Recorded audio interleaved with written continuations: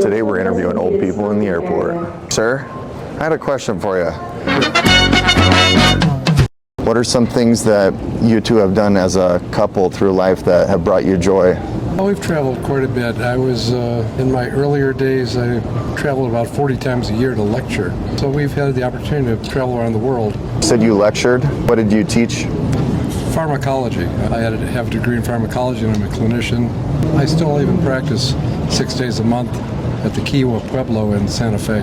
What joy did you get out of being a pharmacist? I enjoyed going to pharmacy school. I didn't enjoy being a pharmacist. I think that's important to make a decision soon. A lot of people will, let's say, become a lawyer and then hate it, but stay with it because they invested so much time and money into it.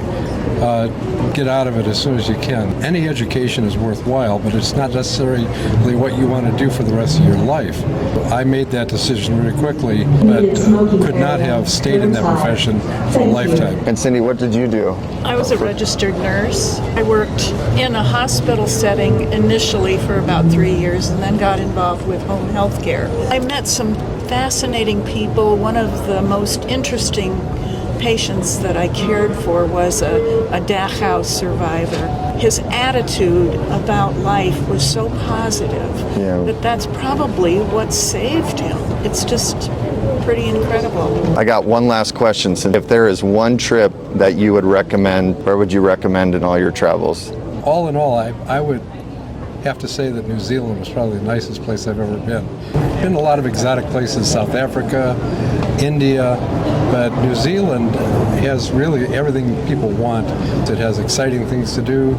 I did some auto racing while I was there, and I even flew. I'm a pilot. Our favorite city, to be honest, is where we're from, and that is Chicago.